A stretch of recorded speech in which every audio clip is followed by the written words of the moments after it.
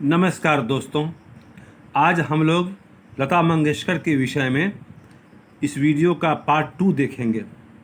ये part second video है इस चैप्टर पे। मैंने कल पहला वीडियो इस पर शेयर किया था आपसे और आज उसके बाद हम लोग पढ़ेंगे। तो आज कहाँ से पढ़ना है? तो आज हमें पढ़ना है यहाँ से। जैसे ये एक प्रश्न उपस्थित किया जाता है कि शास्त्रीय संगीत में लता का स्थान कौन सा है। प्रश्न है कि शास्त्रीय संगीत के क्षेत्र में लता का स्थान कौन सा है। मेरे मत से यह प्रश्न खुद ही प्रयोजनहीन है। प्रयोजनहीन है मतलब बेकार है। उसका कारण यह है कि शास्त्रीय संगीत और चित्रपट संगीत में तुलना हो ही नहीं सकती है।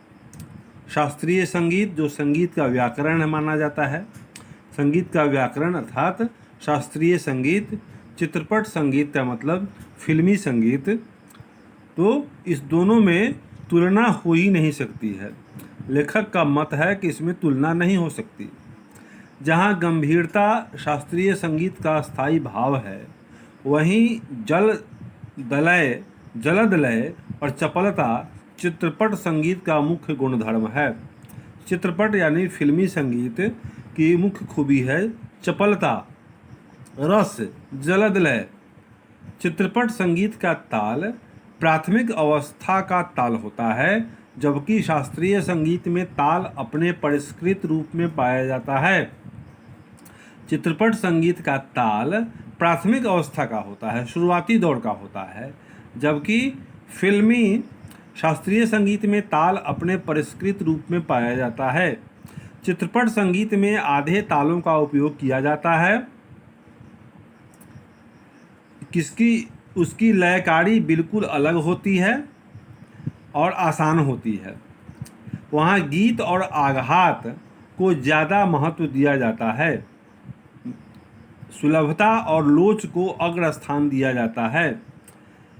ये याद रखना चाहिए कि सुलभता, फिल्मी संगीत जब हम लोग बनाते हैं तो उसमें सुलभता कि जनता को समझ में आवे, दर्शक की समझ में आवे, वैसे लाइन वैसे गीत लिखे जाते हैं। लोच को भी, लोच मतलब उसमें छेड़छाड़ किया जाता है।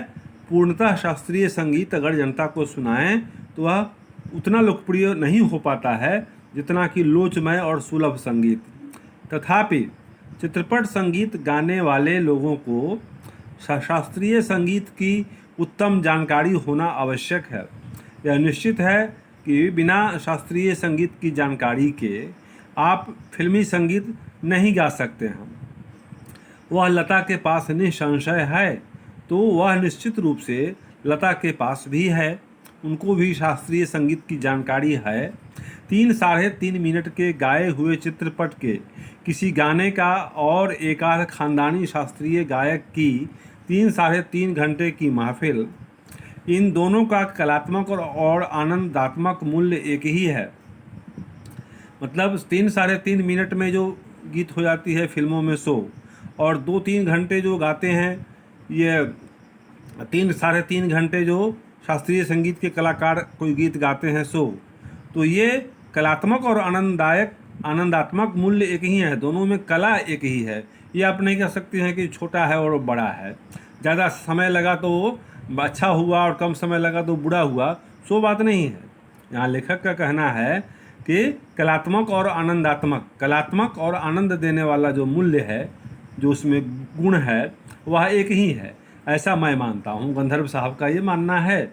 किसी उत्तम लेखक का कोई विस्तृत लेख जीवन के रहस्य का विशद रूप में वर्णन करता है, तो वही रहस्य छोटे से सुभाषित का या नन्ही सी कहावत में सुंदरता और परिपूर्णता से प्रकट हुआ दृष्टिगोचर होता है। इसी प्रकार 3 घंटों की रंगदार महफिल का सारा रस लता के 3 मिनट की ध्वनि मुद्रिका में आस्वादित किया जा सकता है। उसका एक एक गाना एक संपूर्ण कलाकारी होता है। स्वर, लय, शब्दार्थ का वहाँ त्रिवेणी संगम होता है और महफिल की बेहोशी उसमें समाई रहती है।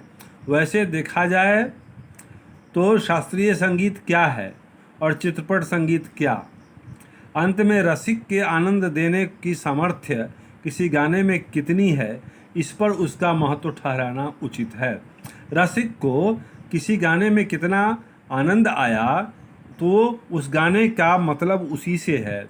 कोई टीचर कोई बहुत बड़ा टीचर है और बच्चे को टॉपिक अगर समझा नहीं पाया, और कोई कम नाम वाला टीचर ही अगर टॉपिक समझा पाया, तो मुख्य मुद्दा क्या है? मुख्य मुद्दा पढ़ाई का है कि टॉपिक समझाना।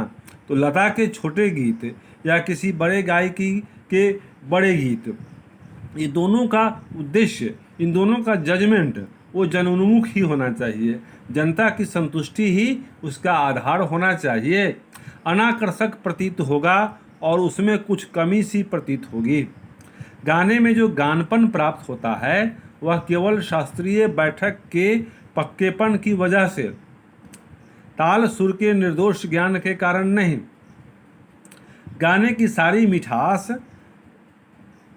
ताकत उसकी रंजकता पर मुख्यतः अवलंबित रहती है। रंजकता मतलब मनोरंजन करने की क्षमता।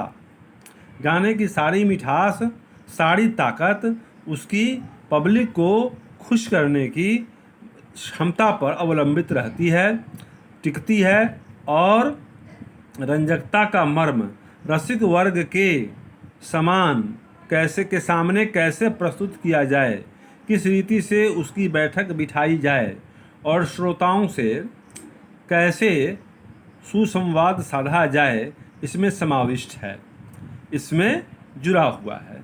किसी मनुष्य का अस्थि पंजर, और अस्थि पंजर मतलब कंकाल, और एक प्रतिभाशाली कलाकार द्वारा उसी मनुष्य का तैलचित्र, इन दोनों में जो अंतर होगा वही गायन की शास्त्रीय ज्ञान और उसके स्वरों द्वारा की गई सुसंगत अभिव्यक्ति में होगा।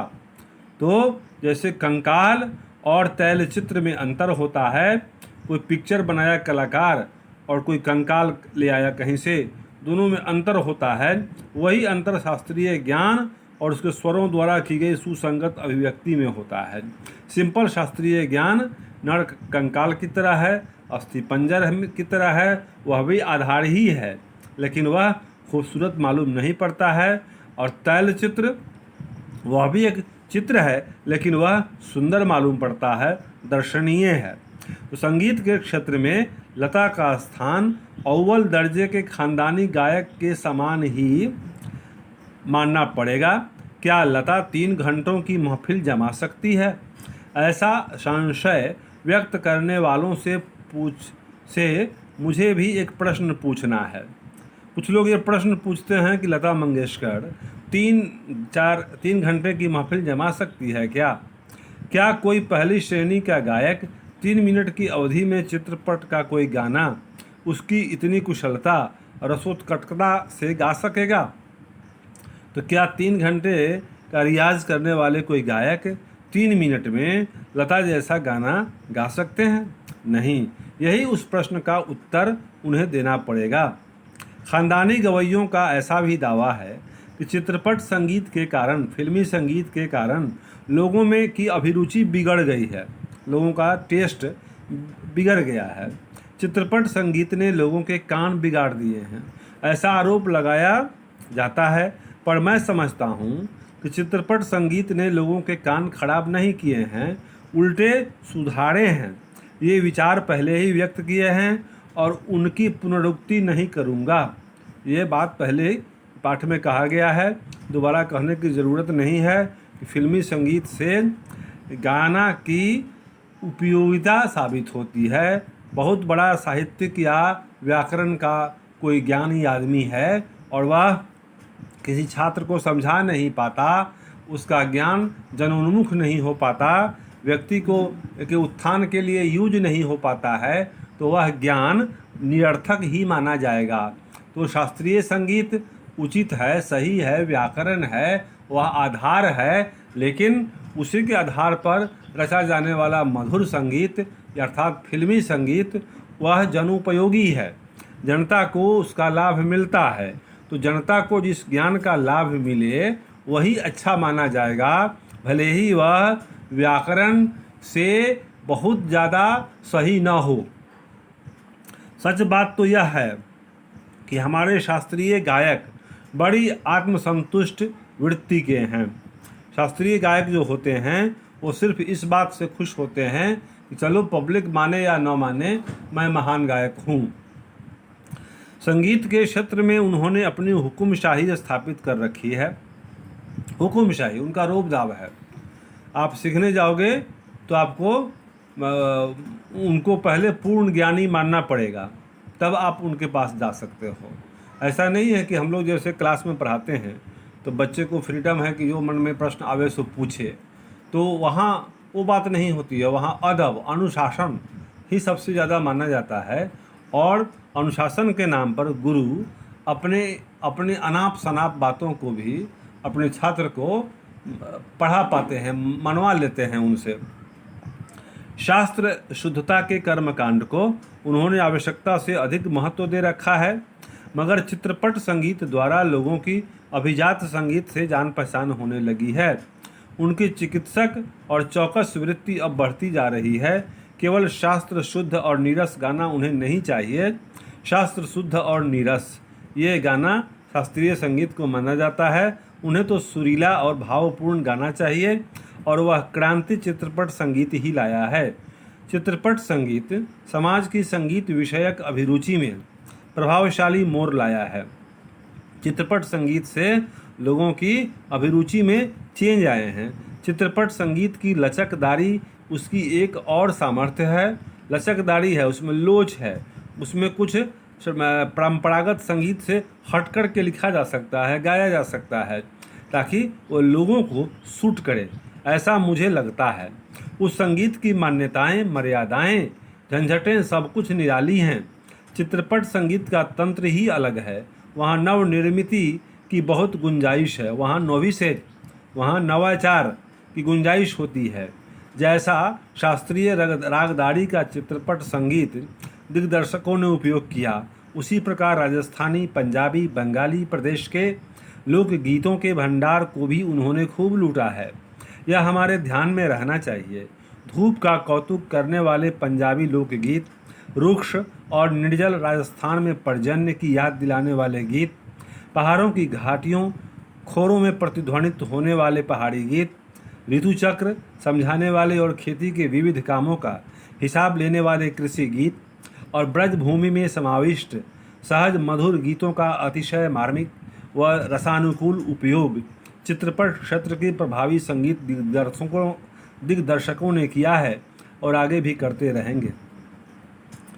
थोड़े में कहूँ तो संगीत का क्षेत्र ही विस्तीर्ण है, बहुत बड़ा क्षेत्र है। वहाँ अब तक अलक्षित और असंशोधित और अदृष्टिपूर्व ऐसा खूब बड़ा प्रांत है, तथापि बड़े जोश से इसकी खोज और उपयोग चित्रपट के लोग करते चले आ रहे हैं। फलस्वरूप चित्रपट संगीत दिनों दिन अधिकाधिक विकसित होता जा रहा है। ऐसे इस चित्रपट संगीत क्षेत्र की लता अनभिषिक्त साम्राज्ञी हैं। फिल्मी गीतों के मामले में लता मंगेशकर साम्राज्ञी हैं, महारानी हैं, और भी कई पार्श्व गायक गायिकाएं हैं, पर लता की लोकप्रियता इन सभी से कहीं अधिक है। उसकी लोकप्रियता के शिखर का स्थान अचल है। लता मंगेशकर के विषय में श्रीमान गंधर्व जी ने बताया कि उनकी लोकप्रियता स्थायी है।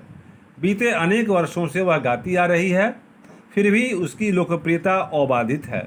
लगभग आधी शताब्दी तक जन मन पर सतत प्रभुत्व रखना आसान नहीं है। आधी शताब्दी, लगभग 50 वर्षों तक उन्होंने जनता के दिलों पर राज किया है। यह कोई आसान काम नहीं है। तो कला के टिकाऊपन का भी एक मतलब होता है।